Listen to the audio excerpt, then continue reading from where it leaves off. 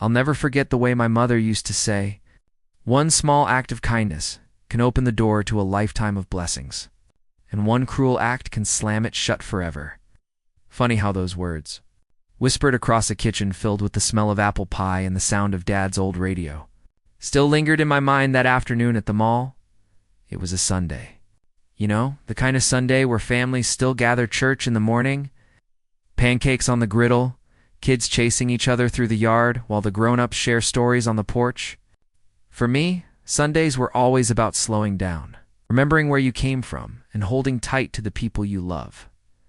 That mall parking lot, though it was chaos. Horns honking, people rushing with their shopping bags, and an undercurrent of impatience that seems to run thicker every year. My daughter Ellie had just left my side to go pick out a birthday gift for her grandmother. I told her I'd wait by the food court entrance. Sipping on my coffee, that's when I saw it. A navy blue sedan, clean, polished, with a U.S. Marine Corps bumper sticker, was parked neatly in one of the spots near the entrance. Inside the car, resting against the dashboard, was a folded uniform hat. It wasn't just any hattit, was the kind of hattit you know belongs to someone who's carried both weight and honor on their shoulders. But standing nearby, arms crossed and jaw tight, was a woman everyone in our neighborhood would recognize in a heartbeat. Karen Douglas. She wasn't officially part of the mall staff, but she carried herself like she owned the place. Truth be told, she was head of our HOA, and if you've ever lived under one, you know what that means? Measuring grass with rulers, writing fines for Christmas lights left up too long, and acting as if control was her birthright. Her face was pinched with disapproval as she circled that sedan like a hawk. I overheard her muttering, "Illegally parked. Rules are rules.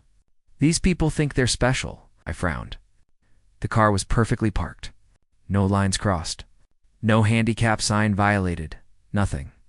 Before I could step closer, Karen snapped her fingers at a towing company worker who had been idling nearby. "This one," she ordered sharply, her voice slicing through the warm afternoon air. "Tow it now." The worker hesitated, shifting uncomfortably. "Ma'am, it's not in violation. It's parked just fine."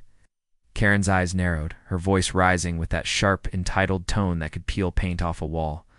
"Do you see that sticker? Military. They think rules don't apply to them." "Tow it, Ty," said tow it. I felt something twist inside my chest.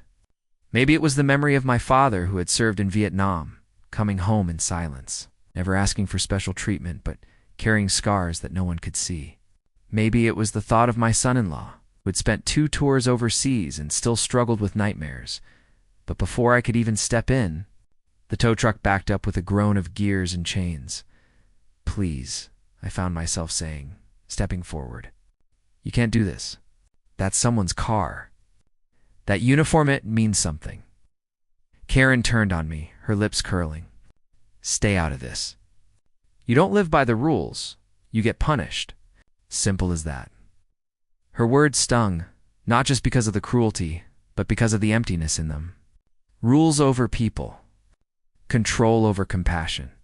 The sedan was hooked up, lifted, and carried away within minutes. And just like that, the air seemed to still. Moments later, a man walked out of the mall doors. Broad shoulders, crisp uniform, medals pinned to his chest. He wasn't just any man, he was a police captain. The kind whose presence commands both respect and quiet. In his hand was a bag. He's probably holding a gift or maybe a simple coffee for his wife waiting at home. He stopped. Froze, then looked at the empty space where his car had been. His jaw tightened, his eyes darkened. There's something you never forget, the look on a soldier's face when trust is broken in a place it should never be broken. In his own hometown, Karen, standing there smugly with her arms crossed, smirked and said, "Looking for your car?" Should have followed the rules. The silence that followed was heavy. Even the children running nearby seemed to pause. Sensing the storm in the air, the captain turned his eyes slowly, first to her, then to me. And in that moment, I swear I could hear my mother's voice again.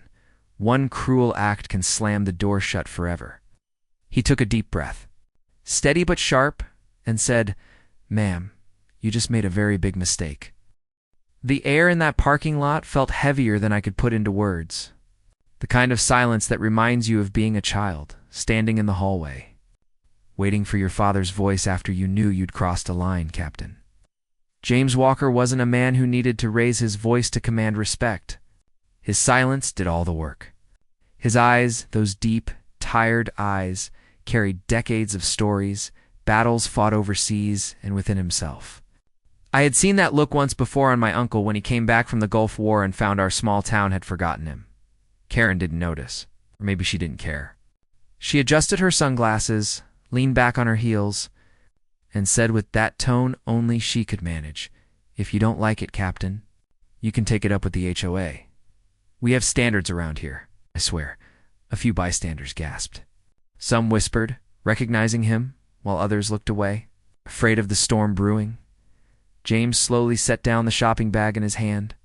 His voice, when it came, was calm, but edged like steel. "Ma'am, my car wasn't breaking any rules. My hat was sitting on the dash. My badge was right there in plain sight. And you had it towed without cause." Karen scoffed, folding her arms tighter. "Badge or not, uniform or not, two don't get special treatment here. This isn't the military. This is my community." Her words hit me like cold water. My community. She didn't mean it in the warm, neighborly way. She meant it in the way a queen talks about her kingdom. James tilted his head slightly, as though weighing every word before he spoke. "You're right. This isn't the military, but it is America. And in America, we respect those who serve. We protect our neighbors. We look out for each other. What you did today wasn't about rules. It was about ego." I felt something sting behind my eyes. His voice wasn't angry. It was disappointed, weary. Like a father scolding a child who should have known better. Karen laughed, sharp and humorless. "Don't lecture me about respect. I've been keeping this neighborhood in line for 15 years. Without me, this place would look like a dump." Her words sent me tumbling back in memory summer nights when my father used to mow the lawn after a long day at work. Sweat dripping down his brow, Mom bringing him a glass of lemonade. He didn't do it for fines or for approval. He did it because he loved his home, his family, his little patch of earth. That's what community was supposed to be. James' jaw tightened. He pulled a small notebook from his uniform pocket, scribbled something down, and handed it to her. "This isn't over, ma'am. Here's the towing company's information. The fine they'll face for wrongful impound. And my badge number in case you want to escalate." Karen's smirk faltered just a little, but she still forced out, "Oh, I'll escalate." All right, I couldn't stand it anymore. My voice came out before I even realized it. "Karen, for God's sake, the man's car wasn't hurting anyone. Why do you always do this? Why do you always look for someone to punish?" The crowd around us grew thicker, mothers, clutching their children's hands, teenagers whispering, old men shaking their heads. The kind of crowd that forms when a truth long hidden is about to crack wide open. James bent down, picked up his shopping bag, and turned not to Karen but to me. "Son," he said quietly, "thank you for speaking up. Too many people stay silent until it's too late." His words cut deep. I thought of the times I'd bitten my tongue in HOA meetings, watching Karen steamroll through decisions, raising dues, banning flags, even once finding a widow because her grandson parked too close to the curb. I had stayed silent, thinking it wasn't worth the fight. But silence, I realized, was how people like Karen thrived. Just then, a voice called out from the crowd, "Captain Walker." An elderly woman stepped forward. It was Mrs. Jenkins, who lived 2 streets over from me. She had lost her husband, a Vietnam vet, years ago. Her hands trembled as she clutched a shopping bag against her chest. "I just want to say, thank you. For what you've done. For all of us." Captain's eyes softened. He nodded gently, and for a moment, I saw the weight on his shoulders ease just a fraction. Karen rolled her eyes, muttering under her breath, "Drama queens. The lot of you." But the crowd wasn't with her anymore. People shifted away from her, their disapproval clear. Some even whispered words like heartless and shameful. James finally straightened his posture, his voice carrying the authority of both a captain and a man who had lived through storms most of us could never imagine. "Ma'am, you judged me before you knew me. You punished me for nothing. But I'll tell you this, life has a way of teaching lessons. And sometimes those lessons arrive harder than we expect." For the first time, Karen didn't have a snappy reply. Her lips parted, but no words came. I could almost hear my mother's voice again, whispering in the quiet, "Pride goes before the fall." The tow truck had already gone, but the damage was done. Not to the car that could be retrieved, but to Karen's reputation, her mask of control. The captain turned and began walking toward the mall office. His figure tall and steady, the kind of walk that said this wasn't about revenge, but about setting something right. And as he walked away, I realized something. This wasn't just about a car being towed. It was about every small cruelty, every needless humiliation Karen had inflicted on people for years. It was about a community deciding whether they'd keep letting one person's pride outweigh everyone else's peace. I knew then things were about to change. The next day, word had spread through our neighborhood faster than dandelions in spring. You know how small communities are? Everyone hears everything, sometimes before it even happens. And this story? Karen towing the car of a police captain in uniform. That was the kind of scandal that rattled every picket fence and backyard barbecue for miles. By evening, folks were gathered on porches whispering, some shaking their heads in disbelief. I overheard snippets of conversation as I walked down our street.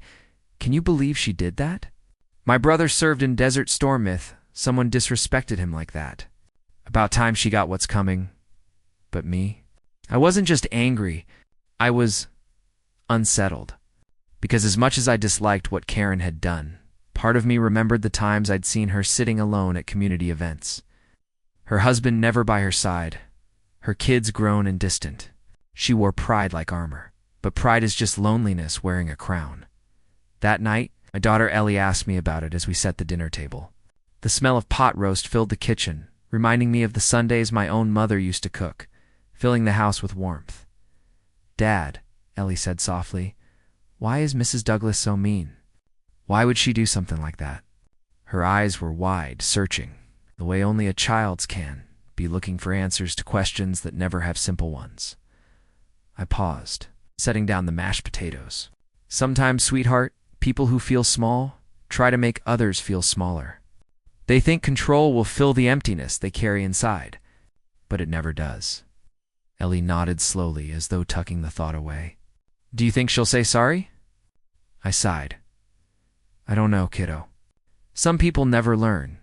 But sometimes, life has a way of teaching lessons even when we're stubborn." The next HOA meeting was the biggest turnout I'd ever seen. Folding chairs lined the community hall, the smell of burnt coffee mingling with the faint scent of floor polish. People filled every corner. Neighbors who usually avoided these meetings suddenly had front row seats. Karen walked in late, her usual air of superiority dimmed but not extinguished. She still wore her power suit, still clicked her heels across the tile. But her smile looked forced, brittle, like glass about to crack.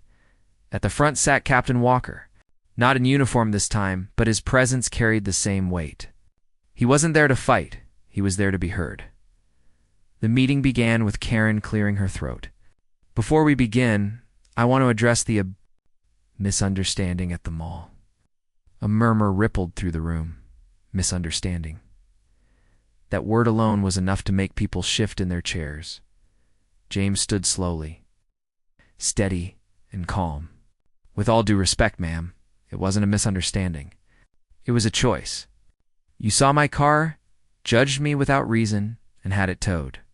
That wasn't about rules. That was about control." Karen's lips tightened. She opened her mouth, but he held up a hand, not rude, just firm. "And I don't stand here asking for an apology for myself. I've been yelled at, disrespected, and treated poorly before. Comes with the badge, comes with the uniform. But I stand here asking for the community, because they deserve better than fear. They deserve leadership built on compassion, not punishment." The room was silent. Even the old ceiling fan seemed to hush its squeak. Mrs. Jenkins, sitting near the back, lifted her hand. "Captain Walker is right. I've lived here 30 years and I've never spoken up, but it's time." Karen, you fined me for my grandson's skateboard. You embarrassed me in front of my neighbors. That wasn't about rules either. It was about power. Al? Then another voice chimed in. You fined me for leaving my flag up past Labor Day? And me for having too many pumpkins on my porch? One by one, voices rose. Not in anger, but in truth. Each story spilled out like water breaking through a dam. Years of silent frustrations, years of swallowing pride, years of being made to feel small. Karen's face paled. For once, she had no quick retort, no smug comeback.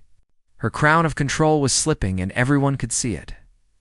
James waited until the voices settled. Then he said, gently but firmly, Karen, rules are meant to protect, not to punish. They should unite us, not divide us. You've lost sight of that. She lowered her eyes. And for the first time, I saw not the queen of the HOA, but a tired woman, lonely, brittle, clinging to the only power she had left. The room was quiet. Everyone waiting. Then James added something none of us expected. But I also know this. People can change. Communities can forgive. I'm not asking for her removal. I'm asking for her reflection. His words stunned me. Forgiveness? After everything? But then I remembered what my mother used to say. Over pie and coffee on the porch, forgiveness isn't about excusing what someone did. It's about choosing not to let their actions harden your heart. Karen's hands trembled. For a moment, I thought she might walk out. But instead, she whispered, I don't know how to be different, this job.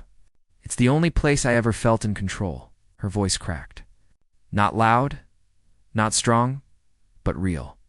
And in that moment, I saw the little girl inside her, still desperate for approval, still trying to be enough. James nodded slowly. Then maybe it's time you stop trying to control people and start trying to connect with them. The hall was still, but the atmosphere had shifted. It wasn't anger anymore. It was possibility. Karen sank into her chair. No longer the ruler, just another neighbor flawed. Human, in need of grace. That night, walking home under the soft glow of porch lights, I thought about everything that had happened.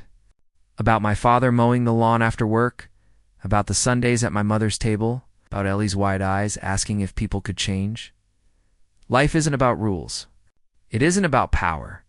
It's about people, about kindness, about remembering that behind every door, every fence, every car parked in a lot, there's a story, a family, a heart that longs for respect.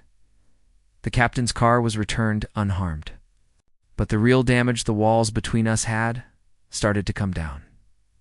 And maybe, just maybe, Karen had learned something too. Weeks later, I saw something I never thought I'd see. Karen sitting on her porch, not with a clipboard, not with a scowl, but with a plate of cookies, offering them to a group of kids riding their bikes. She wasn't perfect, none of us are, but she was trying. And in that small act, I saw hope. My daughter tugged at my sleeve as we passed. Dad, she whispered, look, she's being nice. I smiled, pulling her close. See, Ellie, people can change. Sometimes, it just takes a hard lesson to remind us what really matters. As we walked on, the evening air smelled of cut grass and barbecue smoke. Families laughed together in backyards. Porch lights flickered on, one by one, and for the first time in a long time, the neighborhood felt like home again, and I heard my mother's voice, soft and steady. Carried in memory, one small act of kindness can open the door to a lifetime of blessings. And forgiveness, that's the key that keeps it open. Forgiveness doesn't erase what someone did, but it frees your heart from bitterness. Communities, like families, are built on compassion, not control.